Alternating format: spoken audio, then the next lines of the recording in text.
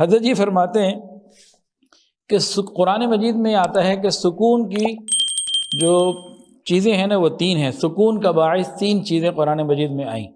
وَمِنْ آيَاتِهِ أَنْ خَلَقَ لَكُم مِّنْ أَنفُسِكُمْ أَزْوَاجًا لِتَسْكُنُوا إِلَيْهَا، ایک تو بیوی کو فرمایا اللہ تعالیٰ نے کہ خاوند کو ان سے سکون ملتا ہے، تو بیوی کا سکون کا ایک ذریعہ بیوی، دوسرا گھر، وَاللَّهُ جَعَلَ لَكُم مِّن بُيُوتِكُمْ سَكَنًا، گھر کو مسکن کہتے ہیں نا، سکون، مسکن، سکون کا مطلب ٹھہراؤ، تو ایک ہو گئی بیوی، دوسرا ہو گیا سکون، اور تیسری چیز اللہ رب العزت نے سکون کی قرآن میں بتائی، هو الذی جعل لکم اللیل لتسکنوا الیہ لتسکنوا فیہ، هو الذی جعل لکم اللیل لتسکنوا فیہ، اللہ رب العزت نے رات کو سکون کا ذریعہ بنایا۔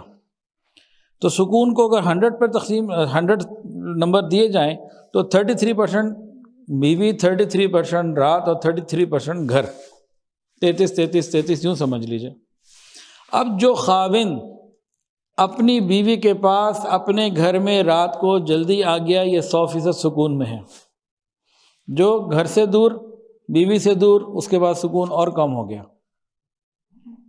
تو کامل سکون اسی کو ملے گا جو خاوند جلدی گھر میں اپنی بیوی کے پاس اپنے گھر میں ہو، یہ کامل سکون میں ہے۔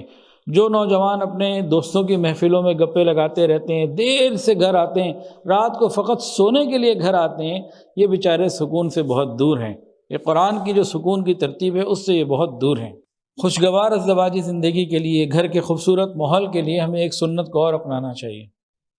نبی علیہ الصلوۃ والسلام مغرب کے بعد سونا پسند نہیں فرماتے تھے، اور عشاء کے بعد زیادہ جاگنا مکروہ فرماتے تھے، مکروہ سمجھتے تھے، پسند نہیں فرماتے تھے۔ ہاں کوئی دین کا کام ہے تو ساری رات بھی اگر جاگنا پڑے تو تھوڑا ہے، رات تھوڑی ہے، لیکن ویسے نبی علیہ الصلوۃ والسلام کی عادت مبارکہ یہ تھی کہ عشاء کے فوراً بعد سو جانا، جلد سے جلد سو جانا۔ آج عام طور سے فجر کی جو نماز قضا ہوتی ہے اس کی ایک بہت بڑی وجہ رات کو دیر سے سونا ہے۔ خواہش کے باوجود نہیں اٹھ پاتے، آدھی رات تک جب اسکرین کے سامنے بیٹھے رہیں گے تو فجر کے لیے آنکھ کیسے کھلے گی؟ تو خود بھی جلدی سونے کی عادت ہو، بچوں کو بھی جلدی سونے کی عادت ڈالی جائے۔ تہجد کے وقت حدیث کا مفہوم ہے اللہ رب العزت فرشتوں کو بھیجتے ہیں کہ ان غافل لوگوں کو جن کو رات کو 2-3 بج گئے انٹرنیٹ پہ اور سوشل میڈیا پہ، ان کو سلا دو، غافلوں کو سلا دو، میرے پیاروں کو جگا دو، یہ میرے دینے کا وقت ہے، میرے پیارے اٹھیں گے میں ان کو عطا کروں گا۔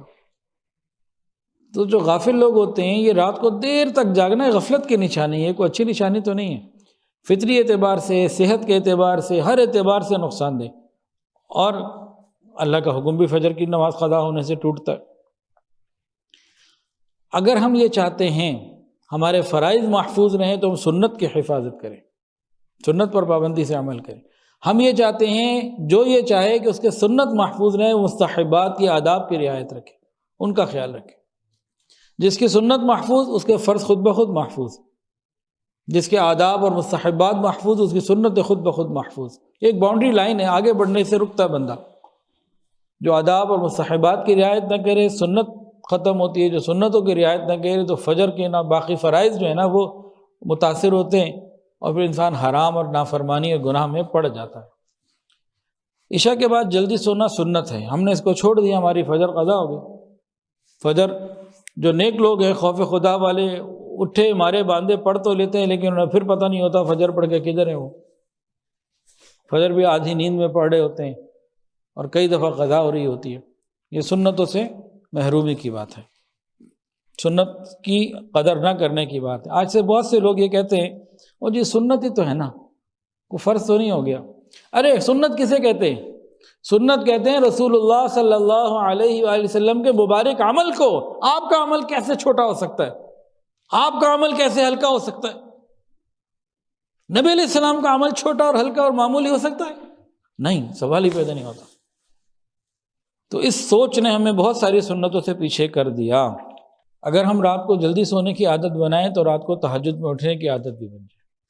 آج کل 7 بجے عشاء ہے لاہور میں، اگر کوئی 9-10 بجے بھی سو جائے، 11 بجے بھی سو جائے تو بھائی فجر تو 5:30 بجے ہے، کتنا سوئے گا؟ 4:30 5 آنکھ کھل ہی جاتی ہے، خود بخود تہجد ملتی ہے۔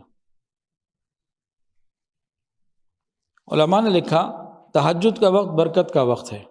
اگر کوئی شخص صرف اٹھ جائے گو نماز نہ پڑھ سکے تب بھی اس کو اس کا فائدہ ملے گا۔ اور ہمارے بزرگوں میں، خاندانوں میں پہلے یہ روایت رہی ہے کہ تہجد کے وقت کچھ روزہ رکھنا ہو نہ رکھنا ہو، سحری کے وقت کچھ کھانا پینا ہلکا پھلکا کر لیتے، کوئی کام کر لیتے کہ اس میں بھی برکت ہو جاتی تھی۔ وہ وقت ہی برکت کا ہے۔ تو جلدی سونے کی عادت اپنی بھی ہو اور بچوں کی بھی ہو، اور یہ دونوں کام میاں بیوی کو آپس میں محبت سے مشورے کے ساتھ طے کرنے کی ضرورت ہے۔ جو فجر کے بعد سوتا رہتا ہے اس کے رزق میں بھی تنگی آتی ہے، اور آج یہ بتایا سائنسدانوں نے کہ سورج کے نکلنے کے وقت جو شعاعیں نکلتی ہیں زمین سے، کچھ ایسے معاملات ہوتے ہیں سونے والوں کے لیے نقصان دہ ہیں، جو سو چل پھر رہے ہوتے ہیں، بیٹھے ہوتے ہیں، کام کر رہے ہوتے ہیں، ان کو وہ نقصان نہیں پہنچاتے۔ تو فطرت کا نظام ایسا خوبصورت ہے۔ اور حضرت جی فرماتے ہیں کہ فجر کی نماز کے بعد سوئے رہنا یہ یادداشت کو کمزور کر دیتا ہے۔ انسان فجر کے لیے اٹھے، اور اگر نیند کا کچھ تقاضا باقی ہے، جیسے آج کل کی ہماری روٹین ایسی بن گئی ہے، تو کوشش یہ کرے کہ سورج نکلنے کے بعد آرام کرے، اشراق کے بعد جہاں تک ممکن ہو۔ بہرحال فجر چاق و چوبند ہو کے پڑھنا یہ ضروری ہے۔ یہ رات کو دیر سے سونا، ناشتہ فٹافٹ کرنا اور رات کو تگڑے کھانے کھانا، یہ کس کی عادت ہے؟ یہ کہاں سے آئی ہے؟ اسلام میں تو نہیں تھی یہ کفر سے ہم نے لی۔ ناشتہ آج ہمارا کیسا، جیسے کافروں نے بنایا ہوا نا، بس جھٹ پٹ ناشتہ کیا اور چلے، رات کو تسلی سے بیٹھنا ہے، 7 میل 5 میل ڈنر کرنا ہے تو رات کو کرنا ہے، اور دیر تک جاگنا ہے، اور صبح ٹائم پہ جلدی جانے کے لیے، وقت پہ جلدی یعنی کہ جگہ پہ کام پہ جلدی پہنچنے کے لیے ناشتے کو بالکل منیمائز کیا ہوا۔ یہ کس کی ترتیب ہے؟